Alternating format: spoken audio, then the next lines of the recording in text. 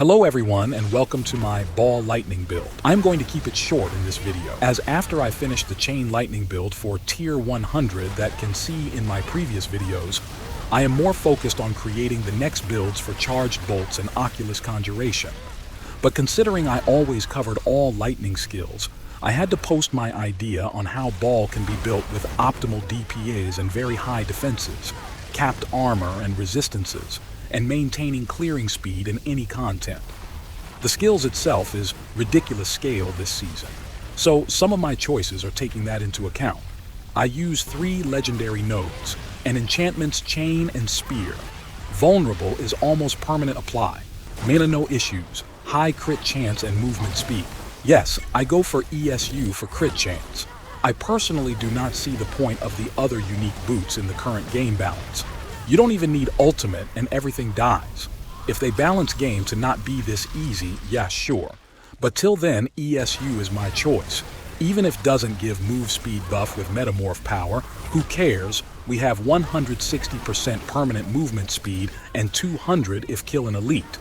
Can play without unique boots, standard legendary with Ghostwalker aspect. In the planner, I will write the recommended affix on every gear. I don't want maximum mana here.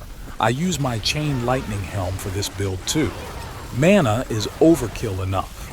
I miss 1 resource generation affix on ring, and even so mana was always fine in my runs.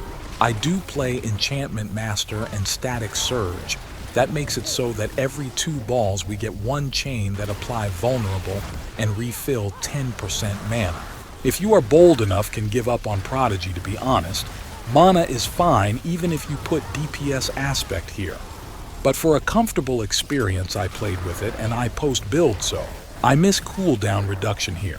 Ignore the chance to slow. Keep ball lightning at 42 mana cost or more. This way we get a chain every 2 ball cast to apply vulnerable and refill 10% mana. The resistances are maxed from Paragon when have glyphs leveled up. Is no need for potent warding.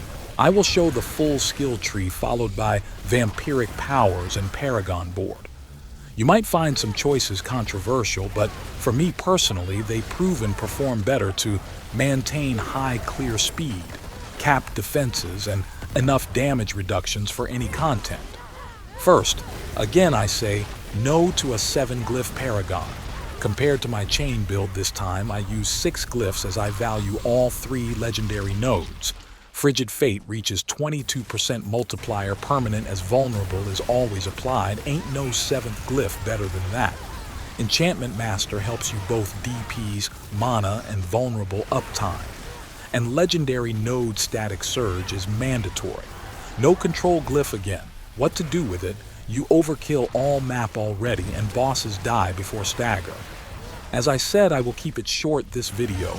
The ball skill is just ridiculous, don't need much talk about. You can flex on Vampiric Powers, Aspect, Paragon, Uniques, etc. In reality, all you need for ball is gravitational aspect and fix your mana, then snowball all content. This build shape is just my own view and personal enjoyment. If have any questions, can leave a comment below, I will try answer. I do hope I finish the tier 100 builds for charge bolts and Oculus conjuration till next week, but I depend on drops, so at most I will post both videos next week. Thank you for watching and for support.